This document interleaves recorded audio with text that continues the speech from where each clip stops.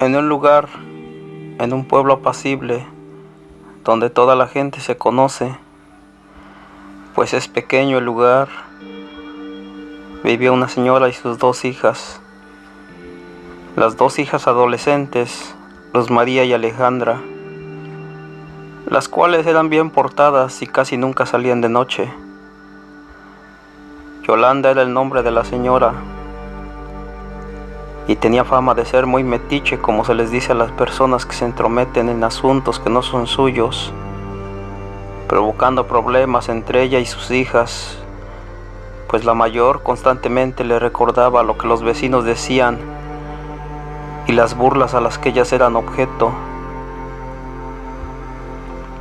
El pueblo era muy antiguo, con casas de la época de la colonia, la mayoría aún en buen estado, pero el alumbrado público era muy escaso. Solo había farolas en las esquinas principales y a las orillas del pueblo había muy poca luz, por lo cual hacía verse solitarias y tétricas las calles por la noche. Se acercaba el festejo de Día de Muertos y los lugareños estaban en los preparativos, arreglando las tumbas de los seres queridos que se habían adelantado y poniéndoles sus ofrendas como era costumbre. Luz María y Alejandra estaban en eso como todos los demás, a excepción de la mamá, que no era muy creyente de las costumbres del pueblo, pues hasta donde se sabía, ella no era nativa del pueblo. El esposo la había conocido en la ciudad cuando trabajaba de albañil, y a los pocos meses se acompañaron y se la llevó al pueblo, por lo cual las costumbres del pueblo le eran extrañas y ajenas. Existe una leyenda en el pueblo que se contaba de épocas muy remotas, de la cual Yolanda hacía mofa, calificando de cerrados e ignorantes a los lugareños.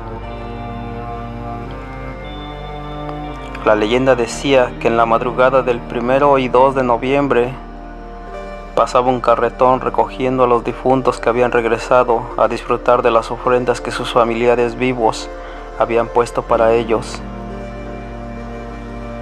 Algunos decían que la habían escuchado, pero nunca se habían atrevido a salir y a comprobar que en realidad era el carretón de los difuntos, pues se decía que quienes lo habían hecho no habían tenido un buen final.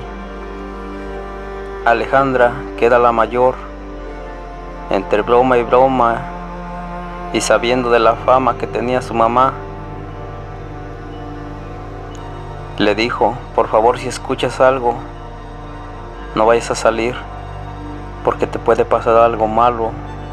A lo que Yolanda replicaba: son tonterías, ha de ser alguien que viene de lejos a visitar a su amante, por eso llega en la madrugada para que no los descubra el marido. Y así pasaron los días y el festejo de Día de Muertos llegó.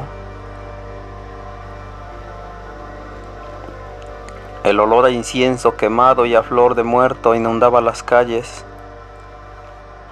La gente se arremolinaba en el panteón, arreglando las tumbas de los difuntos, adornando con flores y deshiervando las tumbas. Y así el día se fue volando. Por la noche, el silencio era total. Yolanda y su familia se alistaban a dormir,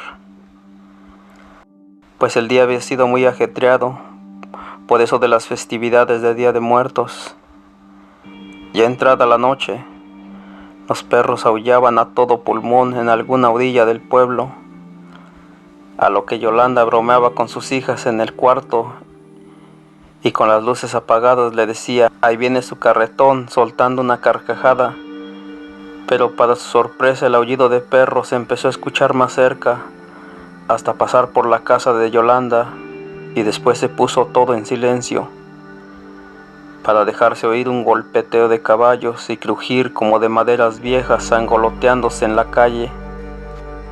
Yolanda en silencio escuchaba, y aunque no creía en la leyenda del pueblo, sí creía en lo que oía. El miedo le empezó a invadir, pero la curiosidad era más grande y decidió asomarse a la calle. Nadie supo qué vio.